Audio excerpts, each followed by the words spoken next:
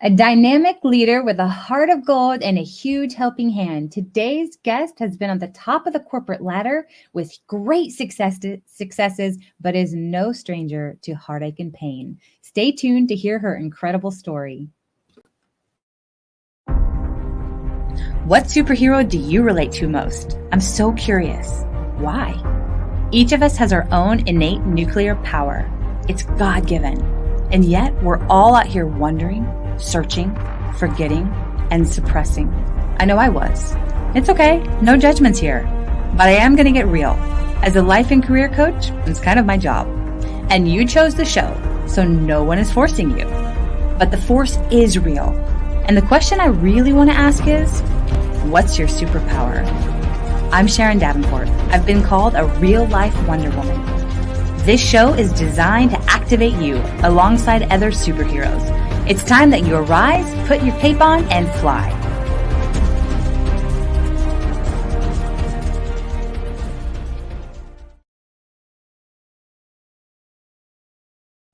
From the boardroom to the beach, Laura Evans uses her experiences to serve, guide, and inspire others. As a career advisor, she helps get you praised, promoted, and paid. Laura loves helping burned out professionals step into leadership, leverage teamwork, and navigate office politics.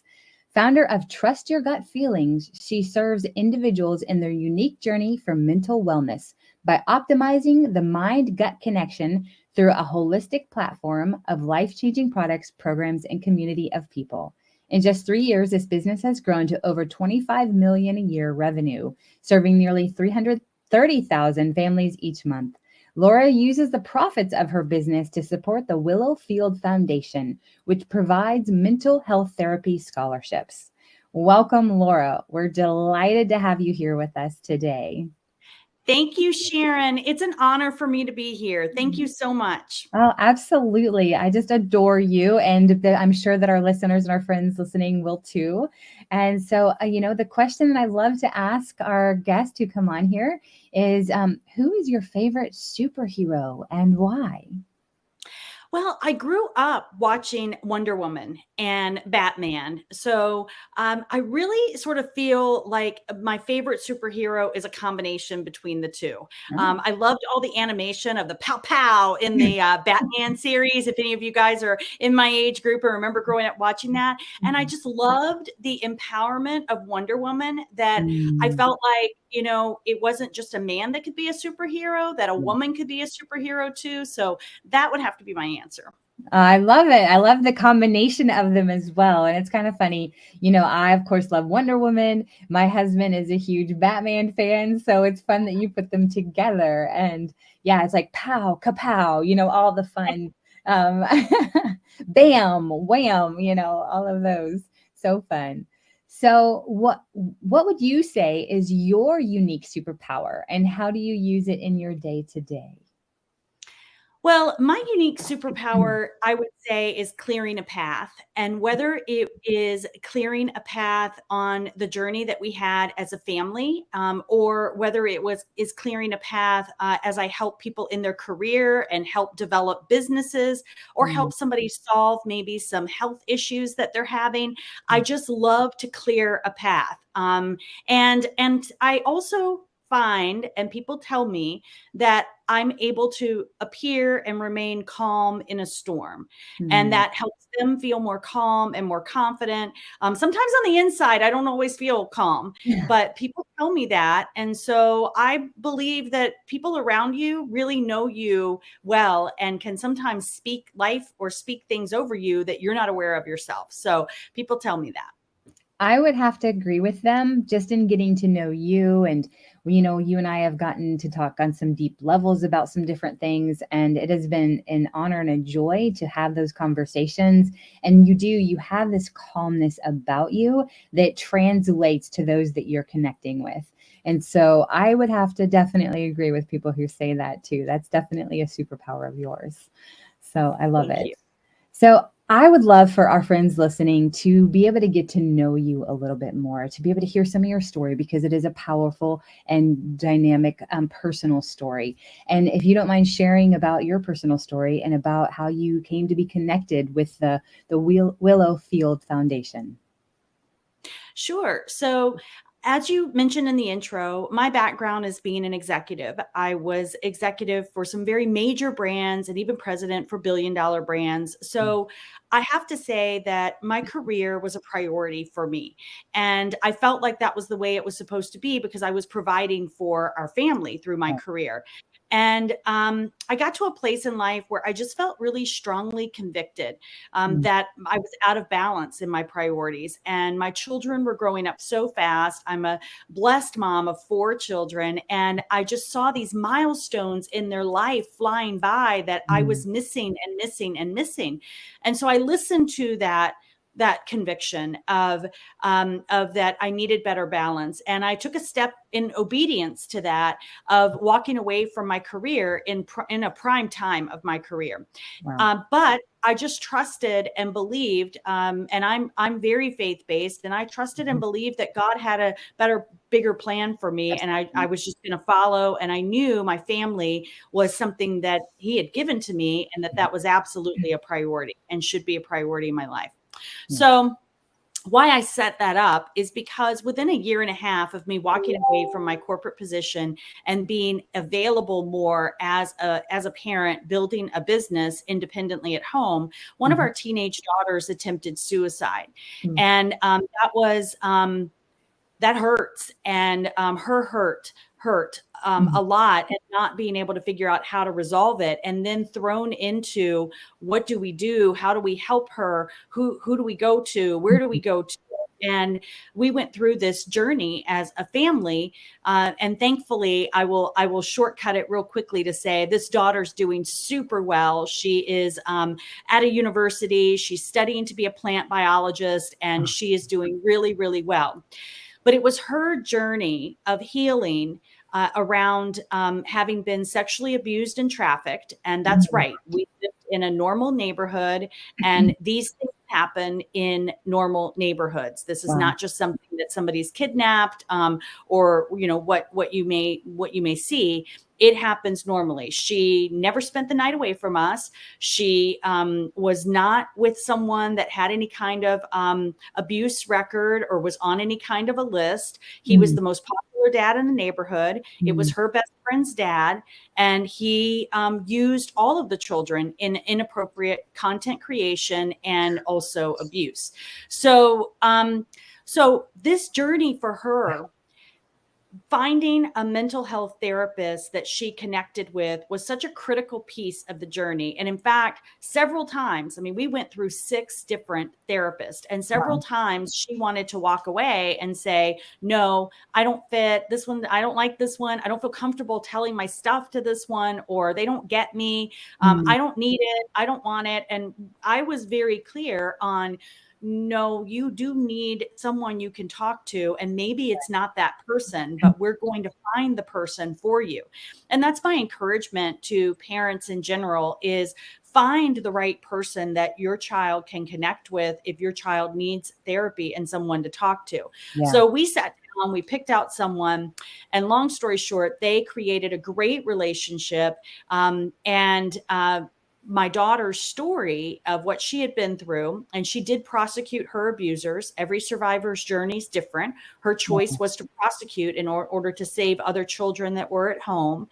So she Incredible. prosecuted her abusers, and we did see justice in our proceedings.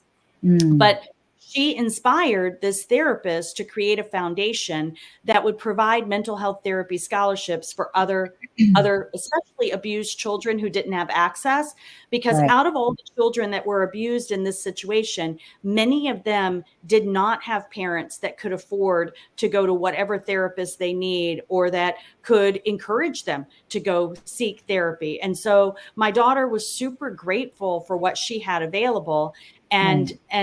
and wanted to pay it forward. And that's what the Willowfield Foundation is. So that's what led us to it. Wow. Well, for those of you listening, that was a lot packed in there, right? Did you guys follow all of it?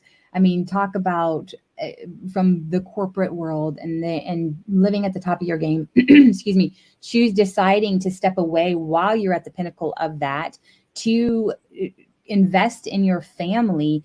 Which, Laura, that's what's so incredible is that it's really, you listened to the voice of the Holy Spirit. You listened to the promptings of God to do that, because you may not have been available to be able to be there for your daughter in the way that she needed during that time and all of those proceedings and everything that happened.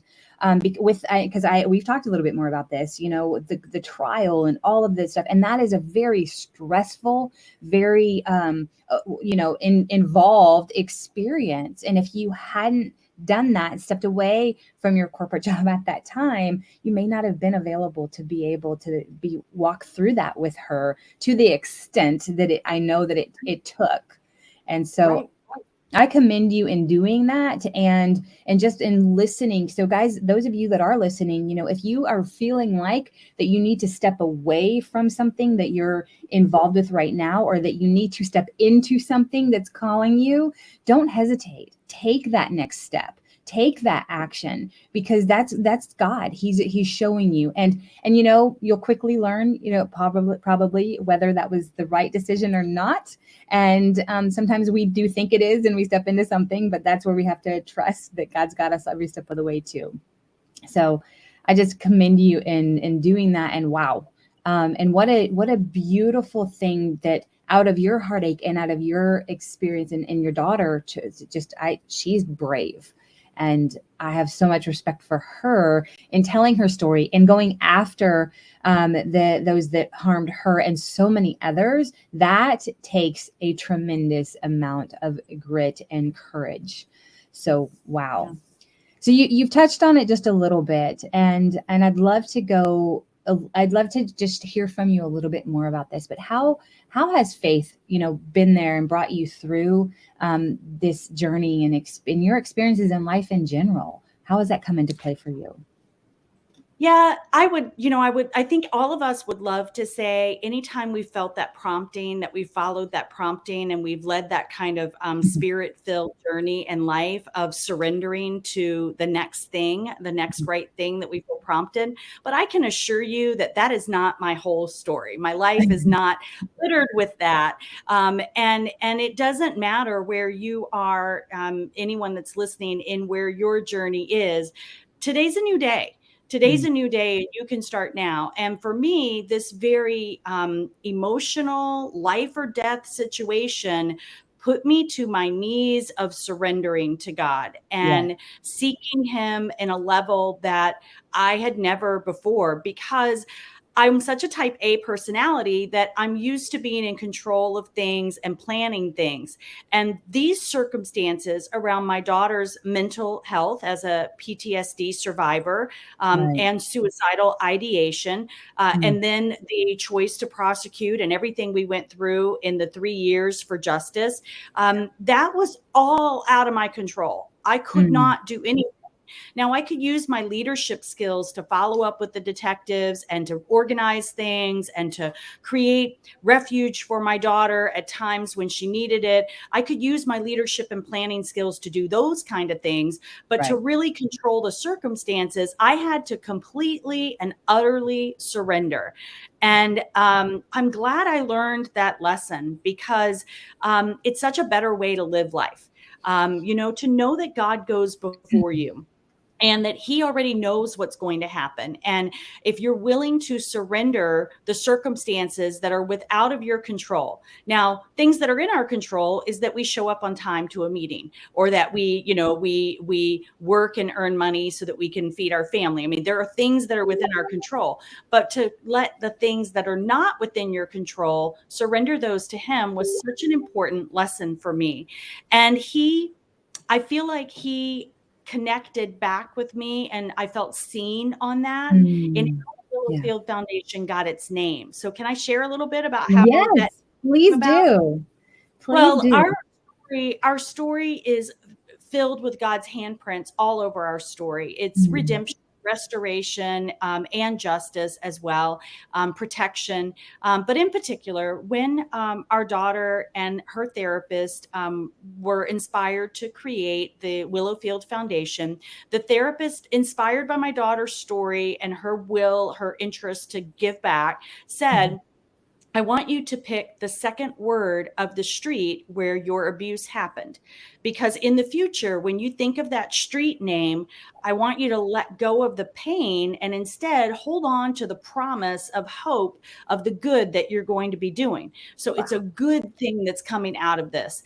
So that word is field. That was the second word of the street where her abuse happened. And then the therapist looked out the window and just randomly picked the first thing her eyes went to, which was a willow tree. So it was called Willowfield Foundation. Now, what God and God alone knew, Sharon, was 4747 Willow Road was where I was working in California when my daughter was being abused in Texas.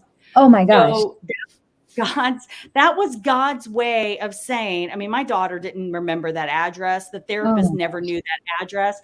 That was God and God alone saying to me, I want you to let go of the pain, and I want you to let go of the guilt as a mom, and I want you to let go of the shame that you feel I felt I wasn't there to do my one job to protect my child, and I should have, all these things. And God said to me, you need to let go of that, because I'm going to do something really big and really good for so many others because of your obedience and because of your trusting in me in this circumstance. So the Willowfield Foundation.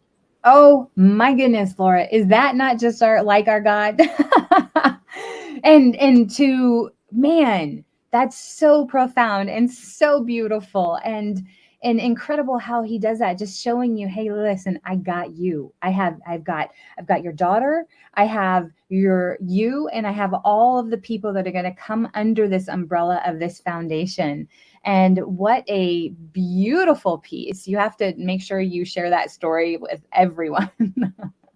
Because that is just absolutely beautiful and incredible, and just like our God to do that. So, and so through this whole process, you've shared, your daughter is doing really well. She's doing fantastic in college. But I know it also, you have 3 other daughters, and you have your husband, and you have, your family. So how is your whole family doing after dealing with this experience and this journey? How are they doing today, if you don't mind sharing? Sure. Everyone's doing well. We have 2 grandbaby girls that have been welcomed into our family, and we've got a grandson on the way. And we've got our youngest son is in college at Michigan State University, and thank God he was protected in some recent incidences that happened there. And so we are doing well. And there's no question it brought us closer together as a family as well. And we are all very passionate about this foundation. And we all contribute on birthdays, on holidays, all the kind of things. We are telling people, don't give us gifts, send money to the Willowfield Foundation, because we just want to be able to see it reach more people. I love that. And that goes back to, I think, what you were talking about with surrender before, and how you couldn't control all the circumstances. And I know that had to be hard because you are such a dynamic leader in so many ways. And that had to be hard, for you and for your family. But it sounds like it's so beautiful. As we surrender, God births beautiful things from that, and your family getting closer together through this whole experience too. So there's, and I love how you're choosing to see the gifts and the joys, excuse me, from the tragedy and the experience that you guys have overcome. So, so precious and so beautiful. But so, for our friends listening, some may be currently dealing with something similar. having, whether it be a mental health journey of with suicide, or whether it's with somebody who is, they know that has been molested or trafficked or something along those lines. And I know those are kind of two different situations, but in your situation, they have kind of come together. So for those of our friends that are listening who may be experiencing something similar, or have somebody that they're walking through this with, what would you share with them through this? Well, get help. Talk to someone. There is now, I've been actively involved in an organization called NAMI, the National Alliance for Mental Illness. And thankfully, due to the advocacy that organization has done, we have helped create a 988 number. So instead of a 911 number for emergency calls, there needed to be something for a mental health crisis, because an emergency that has potential criminal affiliations is a very different response than someone that's having a mental health crisis. Absolutely. So 988 in particular is a suicide hotline. So it's easy to remember. 988. And I would just encourage, those phones are staffed with experienced, caring staff that will be a resource to talk to through things like that. There are also hotlines for abuse, and I also speak on ending the silence to high schools about suicide prevention. And one of the things that I encourage the high schoolers to do is, they usually know, your friend has usually said something to you or indicated something to you. And in our particular story, but for the grace of God, that one of our daughter's friends came and alerted us before our daughter was able to proceed with her plans. And so we were able to intervene in her suicide attempt that day, because her friend was willing to sacrifice their relationship to alert us. And if we teach, if you see or hear something, say something, find a trusted adult, a guidance counselor, a pastor, a parent, a friend's parent, find someone. And for those of us that are parents, I'm also a facilitator of Darkness to Light, which is a child sexual abuse prevention organization. They have amazing resources online, free resources that you can go and look at for how to begin talking with your children about what is okay and what's not okay, how to talk with your teen about how to ask, what is consent, how to get consent in of their dating life, and even what to do if you do have the child of one of your friends comes to you and says that they've been sexually abused. Where do you go? What do you do? All of those resources are free on the Darkness to Light website, and I encourage any adults that are around children to educate themselves about it. These things happen in the cloak of darkness. And when we get uncomfortable talking about these things, because these are not comfortable things to talk about, but when we get uncomfortable talking about it, we shine a bright light and expose it so that it has less power and control to hurt us and to hurt our family and our children. So good, man. I love all these resources. This is incredible, Laura, and so needed and so good. And I'm going to check it out because, my son is 10 and we have had little conversations with him, but luckily he's still extremely innocent because of where he's gone to school and stuff. But we know that he's coming into teenagehood. And so no, I'm going to check that out myself personally too. So thank you for sharing that as well. So good. So much here. So, and okay, now we're going to pivot. We're going to switch gears a little bit. And you are amazing and do multiple things. Like we've mentioned, you've worked in the high level corporate world, and possibly experienced, burnout yourself.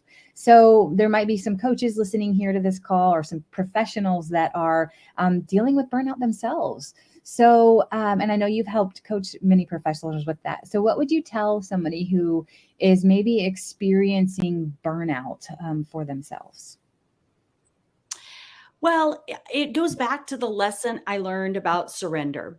I find that the greatest amount of burnout occurred for me when I tried to control everything. The more I tried to control everything and the more I felt responsible for everything, we are not responsible for how other people act. We're not responsible for how other people feel.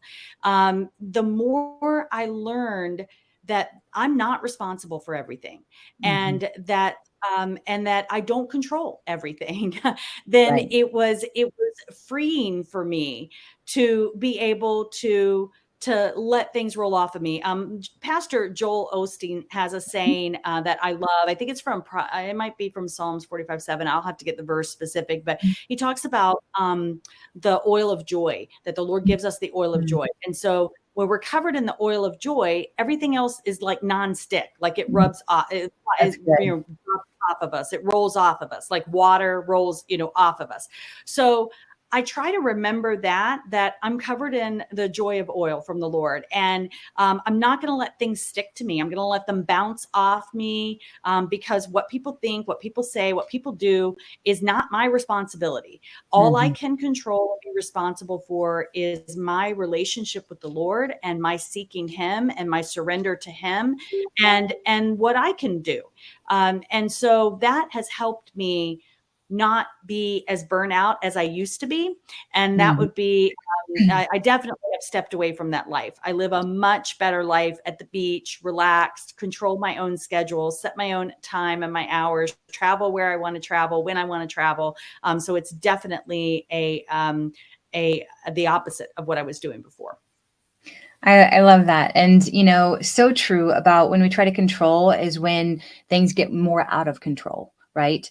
And I recently was on a retreat to Costa Rica with an amazing group of women. And we were able to worship, praise and worship on the beach. We were able to, we rode ATVs. We learned to surf. It was such an incredible time. And then we had time to relax, time to worship, like I said, worship, and then also to journal and to think, and then time together to go deeper with one another. And everybody had a breakthrough. But one of the things that was really hard at first, but such a relief, was that the incredible Tamara Andress was the one. She put the retreat on, and she actually said, and we were like, okay, what's our schedule? She's like, you're gonna know when to show up and what to wear, and I'll tell you before. We had to know schedule. Like, we couldn't control anything. We were completely out of control. It was the most incredible retreat I have ever been on because we had no control. She would say, tomorrow, show up. You need to be ready at 8 o'clock, and you need to be wearing sporty beach wear, or Mhm. whatever. And it was, so when we give up control, when we let it go, I had so much more relaxation, rejuvenation, freedom. And she said, you can't bring your phones. That was another thing. And so we truly had to, and were able to unplug. And man, I did not want to come home. I bet. Yeah. Yeah. So that Yeah. surrender, that was the closest thing to in a long time to have, of like being able to completely surrender, as in a physical sense. And it was such a joy, and there was so much Yeah. peace. And so that is, I think, a physical story of talking about what happens when Yeah. we surrender to God and we allow Him to be in control, and we're not trying to control everything. So Yes. so beautiful. So we're getting ready, as we're wrapping up here, Laura. Is there anything else that you would like to share with our friends listening before we say adieu for the day? Well, I would like to say, just on what you were sharing and us talking about surrendering and overcoming, or how to prevent burnout. I've Mm, also made it a practice to find one day, mm, one day as a Sabbath, and that was God's direction to us. And it right. doesn't have to be the same day every week, Mm, but find the day that I know. For me, I have a day in my calendar that I do my best. Now, occasionally travel or things will come up that sure. cause me to have to shift it to a different day, but I really work hard to make sure that it's not shifted to another month or another year. Mm, And just pick a day that you do truly unplug, that you put your phone away, even if it's just for, from from the time I wake up until, 5 p.m. Even if it's just daylight hours, I'm not going to be connected to my phone. The world will survive without me. And that's what's so freeing about it, is when we're constantly connected, we feel like the weight of the world is on our shoulders. And I would just encourage you, there's only one you. You're irreplaceably you, and you're called here for a purpose and for a reason.